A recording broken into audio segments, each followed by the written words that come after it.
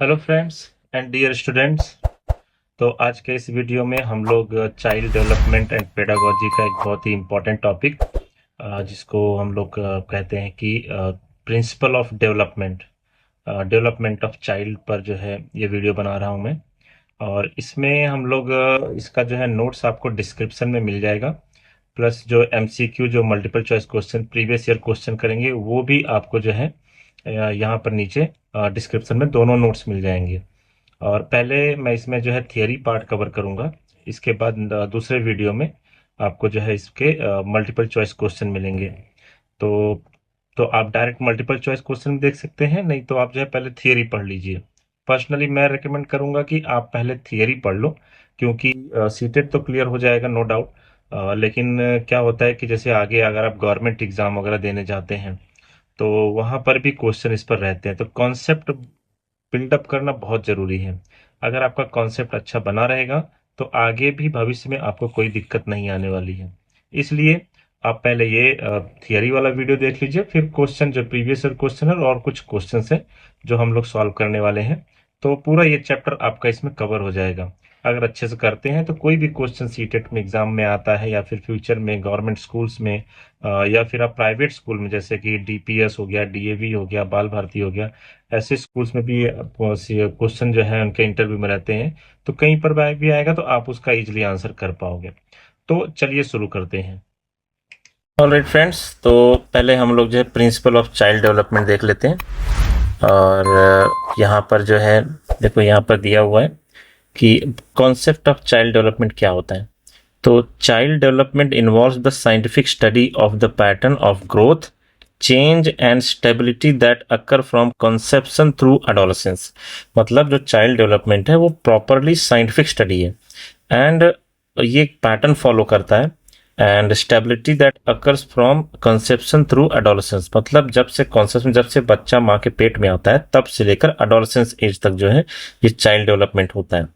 अब वैसे तो there are many concept of child and development and some of them are, तो बहुत सारे कॉन्सेप्ट है चाइल्ड डेवलपमेंट के, लेकिन उसमें से कुछ इंपॉर्टेंट जो है यहाँ पर, पहला है child is unique and special. Child is very unique, मतलब child is unique and special, और child is very unique as there are no two children that are completely same. सही बात है, दो बच्चे कभी भी सेम नहीं होते, इवन अगर वो जुड़वा हो। If a twin have same physical feature but they are different in terms of development, characteristic, personality, behaviour etcetera. मतलब अगर दो जुड़वा बच्चे हों तो वो भी जो है उनका जो है पर्सनालिटी, बिहेवियर और दूसरे जो डेवलपमेंट होते हैं बॉडी का, तो उसमें सब में बहुत अंतर होता है, डिफरेंस होता है। तो इसलिए चाइल्ड इज यूनिक, मतलब हर बच्चा अपने आप में एक अलग है। तो अब ये सीटेट क्यों बता रहा है, ताकि जब जब आप टीचर बन जाओ, आप क्लास में जाओ, तो हर बच्चे को आप जो है अलग तरह से ये ट्रीट करो। मतलब कि अगर कोई बच्चा बहुत तेज है पढ़ने में और कोई बच्चा जो है स्लो है, तो इसका मतलब नहीं कि स्लो वाले बच्चे को आप डांटते रहो, फटकारते रहो, क्योंकि हर बच्चा यूनिक है, हर बच्चे का डेवलपमेंट अलग अलग लेवल पर अलग अलग होता है। चाइल्डहुड, तब चाइल्डहुड क्या है, this is very important stage at as it is the time when the child builds up his foundation for his life later on. मतलब अब ये चाइल्डहुड बेसिकली क्या है, ये एक स्टेज है जो कि बहुत ही इंपॉर्टेंट स्टेज होता है, जहां पर बच्चा अपनी पूरी लाइफ के लिए एक फाउंडेशन रखता है। जो वो चीज यहाँ पर सीखता है वही उसको लाइफ में आगे काम आता है। At this at the same time his cognitive development also takes place, मतलब बौद्धिक जो विकास होता है उसका इसी चाइल्डहुड एज में होता है। Where his memory, understanding, experience and knowledge gets accumulated. तो बेसिकली यहाँ पर चाइल्डहुड एज का जो है इंपॉर्टेंस है। Measured qualitative development is said to be qualitative process that happens as progressive series in human beings from the day being conceived to baby, toddler children, teenagers, adult and getting older and older until we die। तो ये जो development होता है ये qualitatively भी इसको major किया जाता है। और ये मीन्स जैसे कि अगर एक बच्चा है, फिर इसके बाद टोडलर होता है, फिर वो जो है टीनेजर्स होता है, फिर वो और ग्रो करता है, एडल्ट होता है, फिर वो ओल्ड होते होते, फिर जब तक ये चलता रहे तब तक जो है ये क्वालिटेटिवली आप जो है डेवलपमेंट को मेजर कर सकते हो। ठीक, अभी आगे बढ़ते हैं। Most important part, principal of child development. तो प्रिंसिपल देखो, अब चाइल्ड डेवलपमेंट एक ध्येय फॉलो करता है, और उसका प्रिंसिपल क्या है, there is set of principle that characterize the pattern and process of growth and development, following are the principle of child development. तो चाइल्ड डेवलपमेंट देखो क्या है, basically development follows a pattern और सीक्वेंस। बहुत ही important, seated में कई बार इस पर क्वेश्चन आया हुआ है। तो development follows what, a pattern और a sequence. Each child has different rate of development. इसको याद रखना है कि हर बच्चे का डेवलपमेंट जो है अलग अलग होता है। However, the development of all human beings follow a similar pattern। अलग अलग होता है लेकिन एक पैटर्न इसमें फॉलो होता है, मतलब जितना भी ह्यूमन बींग का जो होता है एक पैटर्न हम देख सकते हैं, आगे देखेंगे कैसे होता है। सिमिलर सीक्वेंस और डायरेक्शन, तो ये जो डेवलपमेंट होता है इसमें डायरेक्शन भी होता है। और डायरेक्शन क्या है, sequential pattern of development can be seen in 2 direction. एक होता है सिफेलो कॉडल सीक्वेंस, बहुत इंपॉर्टेंट, इस पे जो है सीटेड में क्वेश्चन बनता है सिफेलो कॉडल। अब देखो ये क्या है, basically according to this principle child first gains control of the head. तो सबसे पहले वो हेड पर, अपने सर पर कंट्रोल, जब बच्चा पैदा होता है तो पहले अपने हेड को कंट्रोल करना शुरू करता है, देन आर्म्स पर, फिर हाथों से हाथों को कंट्रोल करना सीखता है, फिर धीरे धीरे अपने पैरों पर खड़ा होना। हम लोग देखते हैं कि बच्चा क्या करता है, सबसे पहले जो है अपने सर को जो है, अपने गर्दन को जो है संभालना सीखता है, फिर इसके बाद हाथ पर कंट्रोल सीखता है, फिर धीरे धीरे वो क्रॉल करते करते जो है घुटने के बल होते थे एक दिन खड़ा होकर चलने लगता है। तो मतलब ये सर से किधर, पैर की तरफ गया। Control of head and face movement with the first 2 month after the birth. तो ये जो इसको हम लोग कहते हैं सिफेलोकॉडल। सिफेलोकॉडल बहुत इंपॉर्टेंट है, एग्जाम में कई बार पूछा जाता है। इसको मैं दिखा देता हूँ सिफेलोकॉडल क्या होता है। जैसे अब ये देख लो, ये बेसिकली सिफेलोकॉडल है, जो हेड टू टो, मतलब सर से, देखो यहाँ पर सर से पैर की तरफ होता है। ये जो है मतलब सबसे, अगर जो बच्चा जो पैदा होता है तो सबसे पहले वो क्या करेगा, सबसे पहले वो सर पर कंट्रोल करना सीखेगा, फिर इसके बाद उसके आर्म्स पर कंट्रोल करना सीखेगा, हाथों पर कंट्रोल करना सीखेगा, और इसके बाद फिर इसके बाद जो है पैरों पर कंट्रोल करना सीखेगा, फिर इसके बाद वो धीरे एक दिन खड़ा होगा। जैसे यहाँ पर दूसरा मैं देख लेता हूँ यहाँ पर, तो ये है सिफेलोकॉडल डेवलपमेंट। तो सिफेलोकॉडल देखो, सिफेलो मीन्स क्या होता है, cephalo means from head and caudal means towards the tail. तो मतलब ऊपर से नीचे की तरफ, हेड टू टो, ठीक है। तो सबसे पहले वो सर पे कंट्रोल करना सीखेगा, फिर इसके बाद हाथों पर कंट्रोल करना, फिर ऐसे पैरों पर आ जाएगा। तो इसको हम लोग कहते हैं सिफेलोकॉडल। एक और होता है वो भी हम लोग डिस्कस करेंगे। जैसे यहाँ पर देखो, ये आपका जो है सिफेलोकॉडल है। तो सबसे पहले सर पर कंट्रोल करते हुए ऐसे होते हुए फिर ये पैरों पर आएगा, तो बच्चा फिर धीरे धीरे खड़ा होना सीखेगा। इसको हम लोग सिफेलोस, मतलब हेड टू टो की तरफ ऐसे समझना है। चलो आगे बढ़ते हैं। ये नोट्स आपको डिस्क्रिप्शन में मिल जाएगा, वहां से डाउनलोड करके पढ़ सकते हैं। और एमसीक्यू का भी नोट्स आपको इसमें मिल जाएगा, एमसीक्यू वाले वीडियो में, इसके बाद वाला वीडियो है। चलिए आगे बढ़ते हैं। फिर देखो, they are able to lift themselves up using their arms by 6 to 12 month of age. Infant start, थोड़ा छोटा हो गया, 1 मिनट में बड़ा कर देता हूँ इसको। Infant start to gain leg control and may be able to crawl, stand और वॉक। तो ये हमारा सिफेलोकॉडल का चल रहा है। दूसरा जो आपका डेवलपमेंट का जो डायरेक्शन है वो प्रॉक्सिमो डिस्टल पैटर्न है। इस पे याद रखना है, प्रॉक्सिमो डिस्टल और सिफेलोकॉडल ये दोनों एग्जाम में आता है। Proximo distal pattern of development growth start at the centre of the body and move towards the extremities. ठीक है, ये सेंटर से स्टार्ट होता है। सिफेलोकॉडल हेड टू टेल, मतलब सर से पैर की तरफ। For example, such a pattern is the early development of muscular control of trunk, that is torso, and arms relative to hands and fingers। तब देखो मैं आपको सिफेलोकॉडल का दिखा देता हूं। देखो ये सिफेलोकॉडल डेवलपमेंट है। सिफेलोकॉडल ऊपर से नीचे की तरफ, और ये प्रॉक्सिमो डिस्टल ऐसे चलता है, ठीक है, मतलब सेंटर से एक्सट्रीमिटीज की तरफ, बाहर की तरफ। मतलब जैसे बच्चा पहले हाथ उसका मस्कुलर कंट्रोल गेन करना शुरू करेगा, फिर इसके बाद जो है हाथ से पकड़ना सीखेगा, फिर फिंगर्स पर कंट्रोल। बच्चा जो है कुछ पकड़ तो लेता है फिंगर से जब छोटा होता है, 2 महीने का होता है, लेकिन धीरे धीरे वो पेन से लिख नहीं सकता है। वो पेन से लिखना बाद में सीखता है, मतलब पहले वो सेंटर से एक्सट्रीमिटीज की तरफ गया है। जैसे यहाँ पर देखो एग्जाम्पल दिया हुआ है, प्रॉक्सिमो डिस्टल डेवलपमेंट देखो डेफिनेशन क्या है, proximo distal development refers to the growth pattern found in infants and young children that start with the torso and then emanates outwardly, मतलब सेंटर से बाहर की तरफ। It explains how gross motor control of the limbs are developed before the fine motor control of the hand and fingers. अब देखो इसमें क्या बोला है कि पहले जो है क्या ग्रॉस मोटर स्किल डेवलप होता है बच्चे के अंदर, मतलब पहले बच्चा हाथ, देखो बच्चा हाथ यहाँ वहां मारता रहता है लेकिन वो कुछ पकड़ नहीं सकता। आप पकड़ा देंगे तो पकड़ लेगा लेकिन वो खुद से कुछ नहीं पकड़ सकता क्योंकि उसके हाथ पर उसका कंट्रोल ही नहीं है। तो फिंगर्स फिर, लेकिन वो धीरे धीरे जैसे बड़ा होता है वैसे वैसे फिंगर्स पर भी कंट्रोल करना सीख जाता है, अपने हाथ से ग्लास उठाना सीख जाएगा, पेन से लिखना सीख जाएगा।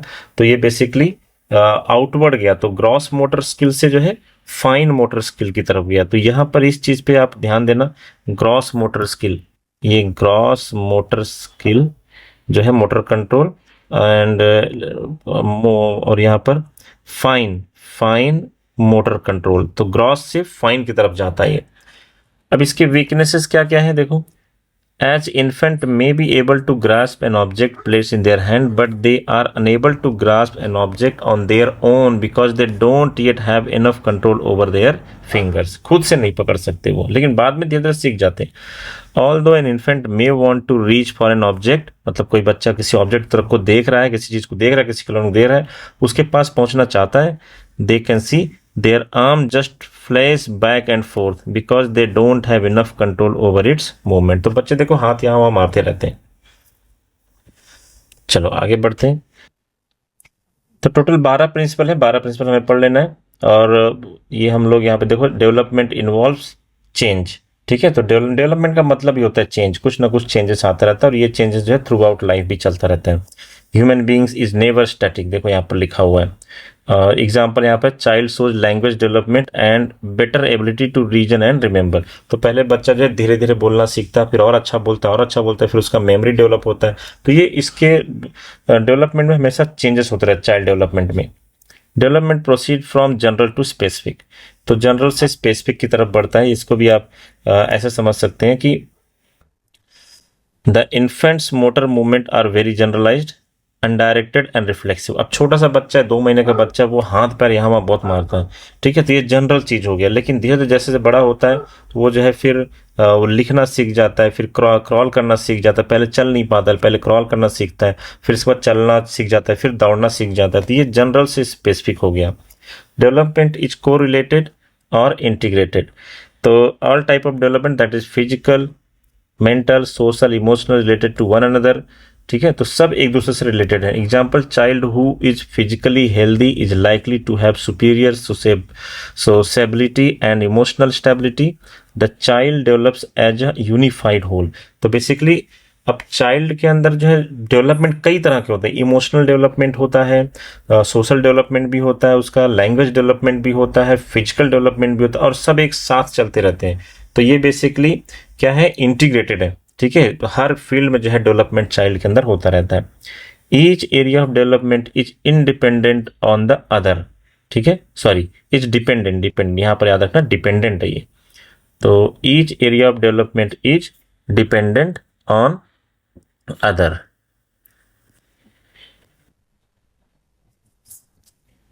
Development dependent on other and दस इन्फ्लुएंस द अदर डेवलपमेंट, ठीक है। तो हर एरिया से कोई बच्चा मान लो उसका फिजिकल डेवलपमेंट अच्छा नहीं हो रहा है, तो मतलब उसके बॉडी में कुछ न्यूट्रिशन, कुछ चीज़ों की कमी है जिसकी वजह से डेवलपमेंट नहीं हो रहा है, तो उसके वजह से बाकी डेवलपमेंट भी अफेक्ट करेंगे। तो that is what mean here influence the other developments. Fifth है, डेवलपमेंट इज कंटिन्यूस प्रोसेस। सही बात है, डेवलपमेंट थ्रू आउट लाइफ चलता रहता है, ऐसा नहीं थोड़े थोड़े बंच में होगा, हर दिन बच्चे का कुछ ना कुछ डेवलपमेंट होते रहता है। That is the meaning of development is continuous. Development of individuality, अब देखो ये क्या है, interaction between heredity and environment influence lead to individual difference in the social and mental development of child. तो देखो हर बच्चे का अलग अलग डेवलपमेंट होता है और इसके पीछे जो हेरिडिटी और इन्वायरमेंट होता है, जो जिस माहौल में बच्चा रहता है, जैसा उसका जीन्स है, डीएनए पर भी मैटर करता है, तो वैसा उसका जो है डेवलपमेंट होता है। These difference are caused by genes on one inherits and the environmental condition like food, medical facilities, psychological condition and learning opportunity। तो इसे हर बच्चे का इंडिविजुअल डेवलपमेंट होता है, इंडिविजुअल ग्रोथ होता है, उस पर डिपेंड करता है कि वो कौन से माहौल में रह रहा है, मेडिकल फैसिलिटी क्या है, अच्छी दवाइयाँ वैक्सीन वगैरह उसको मिल रही कि नहीं मिल रही, खाना अच्छा मिल रहा है कि नहीं मिल रहा है। That is the development of individuality. Development occur at different rate for different parts of the body. ठीक है, अब देखो सही बात है, हर बच्चे का डेवलपमेंट का जो बॉडी डेवलपमेंट होता है वो डिफरेंट बॉडी का जो है डिफरेंट रूप से होता है। जैसे अगर यहाँ पर एग्जांपल दिया है, brain attains its full maturity around age of 6 to 8 year. Feet, hands and nose reach their maximum size in early adolescence, whereas heart, liver and digestive system grows during adolescence. तो 6 से 8 साल में बच्चे का पूरा मानसिक विकास हो जाता है, लेकिन हाथ का, पैर का, ये सब का विकास उसके जो है एडोलेसेंस एज तक चलते रहता है, मतलब 14-15 साल तक चलता रहता है। Liver and digestive system grow during adolescence also. तो ये, तो that is the meaning, development occurs at different rate for different parts of the body. हर बॉडी का अलग अलग रेट से डेवलपमेंट होता है। Development proceed stage by stage. सही बात है, the development of child occurs in different stage. Each stage has certain unique characteristic which are as follows. देखो, there are individual difference in the rate of growth and development, therefore the age limit for different stage should be regarded as just approximate। देखो, हर बच्चे के का अलग अलग growth होता है, हर बच्चे का जो है डेवलपमेंट प्रोसेस जो है अलग अलग स्टेज में होता है। कोई बच्चा स्टार्ट में बहुत शार्प होता है, बहुत स्मार्ट होता है, और बाद में, और उसी एज में कुछ बच्चे जो है बहुत ही साई होते हैं, बहुत ही उतने डेवलप, उतना उनका विकास नहीं हुआ रहता है, पढ़ने में कमजोर रहते हैं, लेकिन बाद में उनका डेवलपमेंट होता है। So all children pass through this stage of development at or around age level suggested for them। Speech generally develops from babbling monosyllabic sound to complete sentence formation। तो जैसे डेवलपमेंट, कोई बच्चा देखो जल्दी सीख लेता है, बोलना सीख लेता है। कोई बच्चा जो है उसको जो है तोतली जबान होती है, वो जल्दी बोलना नहीं सीख पाता है, उसको टाइम लगता है। तो हर बच्चे का अलग अलग स्टेज होता है, और ये डेवलपमेंट जो प्रोसीड करता है किसी भी बच्चे के अंदर, वो स्टेज बाय स्टेज होता रहता है।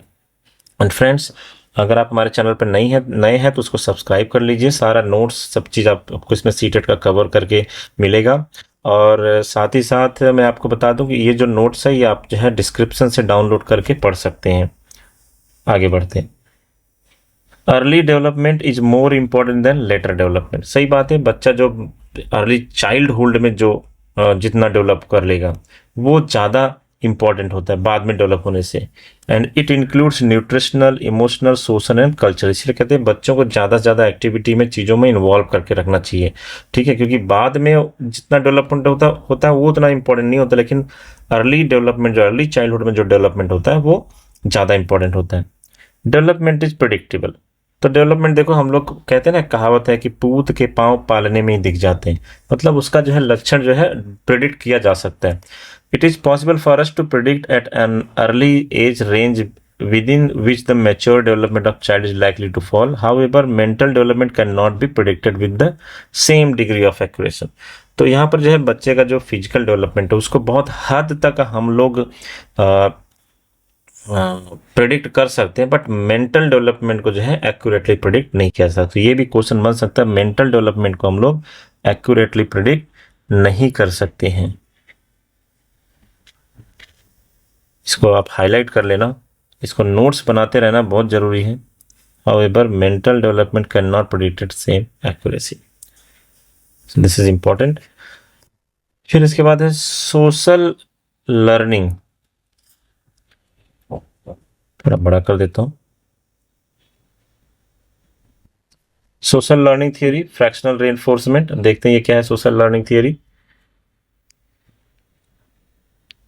एक minute. This theory formulated by N.E. Miller and J. Dollard is given by 1941। तो इसको यहाँ पर मार्क कर लेना, आप नोट्स में अपने लिख लेना कि सोशल लर्निंग थियरी किसने दिया था। N.E. Miller and J. Dollard ने दिया था। कब दिया था? 1941 में दिया था। According to this theory, people learn by watching what others do, by initiating the observed action। The individual learns the action. तो जो है पीपल मतलब बच्चों से कहा गया, तो बच्चे जो है देख कर भी सीखते हैं कि बाकी लोग क्या कर रहे हैं। And by initiating observe action, पहले वो ऑब्जर्व करते हैं, इसके बाद जो है वो उसको फॉलो करते हैं। Positive reinforcement is provided to children so that they repeat the expected behaviour. तो जैसा आप करेंगे वैसा ही बच्चा सीखेगा, वही हमारा सोशल लर्निंग थ्योरी, समाज में जैसा देखता है वैसा ही बच्चा करता है। आगे बढ़ते हैं। एनी मिलर ने, जे डोलार्ड ने दिया था, इसको याद रखना है। Development do not proceed at the same pace for all. सही बात है, हर बच्चे का अलग अलग डेवलपमेंट होता है, सबके लिए सेम नहीं होता। कोई बच्चा जल्दी ग्रो कर जाता है, कोई बच्चा टाइम लेता है। That is what development do not proceed at the same level. देखो यहाँ पर एग्जाम्पल दिया है, all children learn to walk around the same age but some may learn faster than other. तो कुछ बच्चे जल्दी सीख जाते हैं चलना। Educational importance of principle of child. तो ये जो 12 पॉइंट्स जो है ना फ्रेंड्स, ये बहुत ही इंपॉर्टेंट है। इसमें से एमसीक्यू में क्वेश्चन बनता है, तो इसे आपको याद रखना है। डेवलपमेंट के जो प्रिंसिपल्स हैं, children can fully demonstrate their abilities and their possibilities, यहाँ पर पी रहेगा। Possibilities for development become the biggest when they do it voluntarily. तो बच्चे क्या, उनका अपना पॉसिबिलिटी, उनको अपॉर्चुनिटी देंगे तो अपनी जो एबिलिटीज है वो बच्चे जो है डेमोन्स्ट्रेट कर सकते हैं, दिखाते हैं। और इसमें जो है principles are and area like children daily activities में उसमें हम देख सकते हैं बच्चों के। फिर है educational importance of principle of child development. Educational importance क्या है? One of the educational aim to develop independence and self reliance. बच्चों को आत्मनिर्भर बनाना है। मोदी जी कहते हैं ना, आत्मनिर्भर बनो। तो ये जो है एजुकेशनल एम क्या है कि बच्चे को इंडिपेंडेंट सेल्फ रिलायंस बनाना है। ठीक है, खुद से वो करके सीखें, खुद से करना सीखें। In this context independence refer to the ability to think without the need of the following instruction. तो मतलब अब यहाँ पर जो इंडिपेंडेंस लिखा है, इंडिपेंडेंस मतलब आज़ादी नहीं, मतलब वो खुद से सीख सकें, खुद से सोचना सीख सकें, खुद इनिशिएटिव ले सकें कुछ सोचने के लिए। ऐसा नहीं कि हम बताएं तो ही। तो ये एजुकेशनल एम है। The task of teacher is to see whether children can achieve self realisation. तो टीचर का काम क्या होता है कि वो चेक करे कि बच्चे सेल्फ रियलाइजेशन, आत्मनिर्भर बन पा रहे, खुद से कुछ कर पा रहे, खुद से कुछ नया क्रिएटिव कर पा रहे कि नहीं। Teachers have to discuss and drop hints to help children when they are stuck और लूज इंटरेस्ट इन देयर। तो टीचर का रोल क्या है यहाँ पर? तो टीचर का रोल है कि टीचर बच्चों के साथ डिस्कस करे और थोड़ा सा हिंट प्रोवाइड करे, पूरा नहीं, थोड़ा सा हिंट प्रोवाइड करे, सो दैट चिल्ड्रन, जो बच्चे हैं, वो जिस एक्टिविटी में, जिस पजल में फंस गए हैं, जो चीज़ उनको नहीं कर पा रहे हैं, थोड़ा सा हेल्प की ज़रूरत है, तो उन्हें जो है कर देना चाहिए, सो दैट उनका इंटरेस्ट, अगर वो पूरी तरह से आप हेल्प नहीं करेंगे तो वो अपना इंटरेस्ट खो देगा। इसलिए थोड़ा सा उनको इंटरेस्ट बनाए रखने के लिए थोड़ा सा हमें हिंट देना चाहिए। ये टीचर का काम होता है। Educational aim to respect the pace of development of each child. तो अब देखो ये बड़ा इंपॉर्टेंट पॉइंट हो जाता है। अगर आगे फ्यूचर में आप जब टीचर बनते हैं, एनवीएस हो गया, केवी केंद्रीय विद्यालय, और या फिर प्राइवेट स्कूल में भी, कहीं भी आप टीचर बनते हैं, तो ये बहुत ही इंपॉर्टेंट चीज़ हो जाता है कि हमें जो है बच्चे का जो पेस है, किसी बच्चे का स्लो है, किसी बच्चे का फास्ट है, तो फास्ट वाले को टीचर्स क्या करते हैं, ज़्यादा मोटिवेट करते हैं, ज़्यादा फोकस में लाते हैं, ज़्यादा लाइमलाइट देते हैं, ज़्यादा उनको जो है रिस्पेक्ट मिलती है। लेकिन ऐसा नहीं होना चाहिए। हर बच्चे का डेवलपमेंट अलग अलग होता है, हमने पढ़ा है, और इसलिए हर बच्चे का जो डेवलपमेंट पेस है, जो स्पीड है, जो उसका जो रफ्तार है डेवलपमेंट का, कम है तो भी हमें उसका रिस्पेक्ट करना चाहिए, उसे डांटना नहीं चाहिए, उसे बहुत ज़्यादा उसे डिसरिस्पेक्ट नहीं करना चाहिए। ये जो है एजुकेशनल एम है। It is fundamental that teacher prepare for a variety of possible activities so that children can get started on what they are most interested in doing and can develop in the activity। तो ये teacher का में different activities से बच्चों को जो है motivate कर सकते हैं। Education evaluate the development level of each child and decide how to aid and understand what he she desire और think immediately. Education helps children widen their activity and their idea to think and also provides a physical and psychological environment appropriate for child development। तो basically educational M क्या और क्या हो सकता है कि बच्चों का जो डेवलपमेंट है उसको जो है हम लोग अच्छे से मॉनिटर करें और उनको एक्टिविटी में डिफरेंट टाइप्स के एक्टिविटी में इन्वॉल्व करके रखें, एंड उनको जो है कि फिजिकल और साइकोलॉजिकल इन्वायरमेंट क्लासरूम में मिलना चाहिए, तो ताकि सारे बच्चों का प्रॉपर ग्रोथ, प्रॉपर डेवलपमेंट हो सके।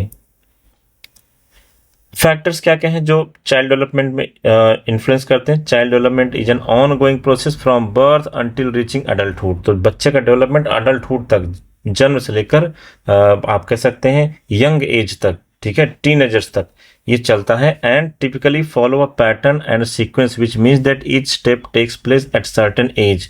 तो हर जितना डेवलपमेंट है हर डेवलपमेंट क्या करता है, पैटर्न फॉलो करता है। तो हर स्टेज पर जो है उसका जो है एज उसका डेवलपमेंट होता है and is usual order that is similar in most case. There are two broad factor that influence. तो दो फैक्टर हैं, एक है इंटरनल, देखो इस पर क्वेश्चन आया हुआ है, इंटरनल फैक्टर क्या है, heredity, physical intelligence and emotional.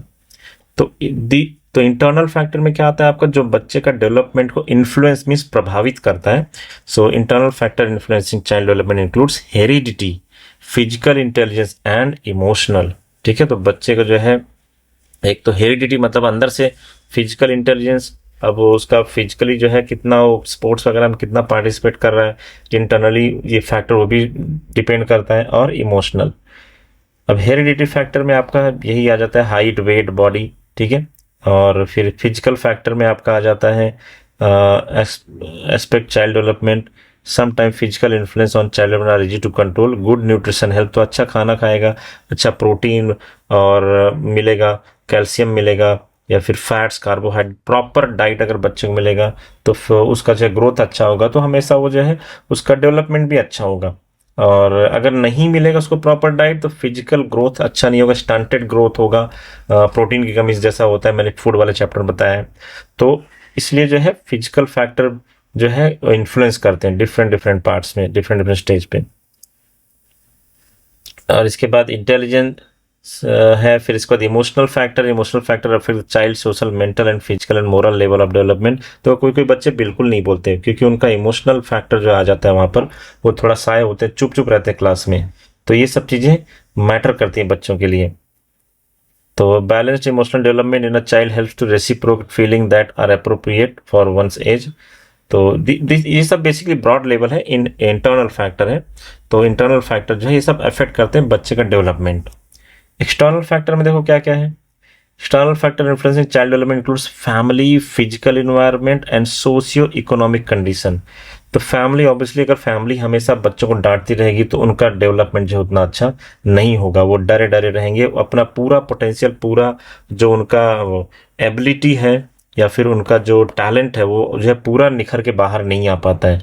दूसरा है फिजिकल इन्वायरमेंट। ठीक है, तो इन्वायरमेंट जैसा, अब कोई बच्चा जो है मान लो जो है बहुत ही अलग इन्वायरमेंट पर है, जैसे मान लो कहीं पर बहुत ठंड होती है, जैसे आप फॉरेन में देखोगे तो फॉरेन के बच्चे जो है अलग उनका डेवलपमेंट होता है, वहाँ पर बहुत ठंड होती है यूरोप वगैरह में। ठीक है, इंडिया में अलग है, और आप जो है साउथ में जाओ, साउथ सॉरी अगर आप मिडिल ईस्ट में जाओगे तो वहाँ पर अलग अलग है।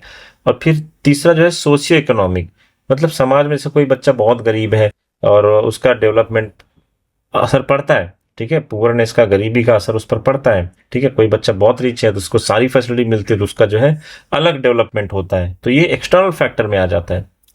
फैमिली, ठीक है, अब जैसे फैमिली में कोई न्यूक्लियर फैमिली होता है और एक जो है बिगर फैमिली होता है। ठीक है, joint system. A bigger family tends to give moral values and education as well as support to the child, while a small family makes child independent. तो बिगर फैमिली में बच्चों को बहुत मोरल सपोर्ट मिलता है, लेकिन छोटी फैमिली में क्या मिलता है उनको, मेक्स द चाइल्ड इंडिपेंडेंट, बच्चे को जो है इंडिपेंडेंट बनाता है छोटी फैमिली। सो ये सब जो है एक्सटर्नल फैक्टर है। फिजिकल इन्वायरमेंट देख लो, the environment in which child grow up affect its mental, emotional and physical development. Physical environments such as pollution, noise level, overcrowding, housing and neighborhood quality are significant in children development. तो ये सब जो है, कहीं पर बहुत प्रदूषण है वहाँ पर बीमारियां भी ज़्यादा होंगी तो वहाँ बच्चे का डेवलपमेंट भी अलग होगा। तो दीज आर द फैक्टर्स। तो इसको एक बार आप पढ़ना जो है। Child psychology. Child psychology is a broad area that covers how children grow from birth to adolescence.